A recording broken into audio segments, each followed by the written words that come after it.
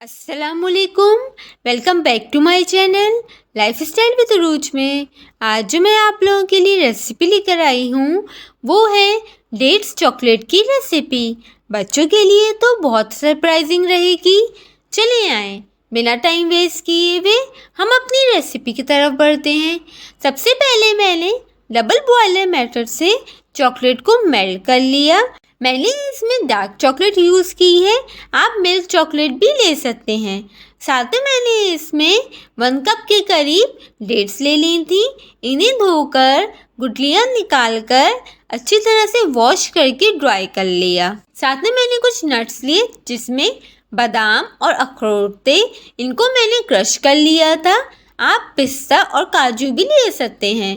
साथ में मैंने पिसा नारियल हाफ कप लिया। साथ में मैंने डेट्स की फिलिंग के लिए सॉस पैन में मिल्क 1/4 कप लिया, milk powder 3 table spoon, sugar 1 table spoon.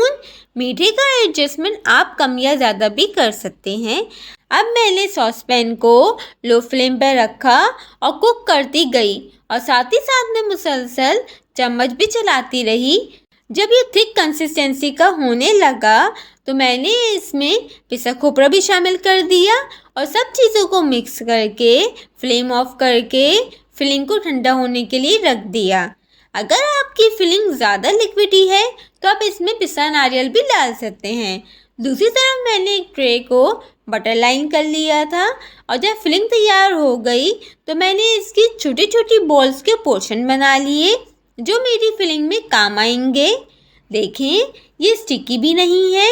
अब मैं एक एक डेट्स को उठाती गई और इसके बीच में फिलिंग रखती गई। फिर इसको चॉकलेट में डालकर कवर कर दिया और इसको बटर पेपर पर रखती गई। ऊपर से जो मैंने नट्स क्रश किए थे वो भी स्प्रिंकल कर दिए।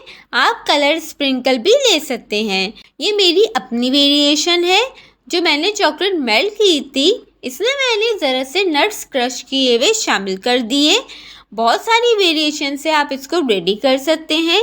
इसी तरह से मैंने सारी डेट्स रेडी करके चॉकलेट से कवर करके रेडी कर ली थी और तैयार करके मैंने इसको 20 मिनट के लिए सेट होने के लिए फ्रिज में रख दिया था। देखें माशाल्लाह से चॉकलेट तैयार है। मैं आपको कट करके दिखाती हूँ। इतनी ज़बरदस्त बनी है। इसको आप कप केसेस में भी रखकर प्रेजेंट कर सकते हैं और किसी को गिफ्ट के तौर पर भी दे सकते हैं। बहुत ही हेल्दी और घर की बनी हुई फ्रेश थी। और अगर आपको मेरी रेसिपी पसंद आई हो तो मेरे चैनल को लाइक शेयर सब्सक्राइब और कमेंट करना मत भूलिएगा। और कमेंट में मुझे ज़रूर बताइएगा कि आपको मेरी रेसिपी कैसी लगी। और अपना बहुत सा ख्याल रखिएगा, दुआ में याद रखिएगा। फिर मिलते हैं एक और नई रेसिपी के साथ। जब तक के लिए अल्लाह हाफिज़।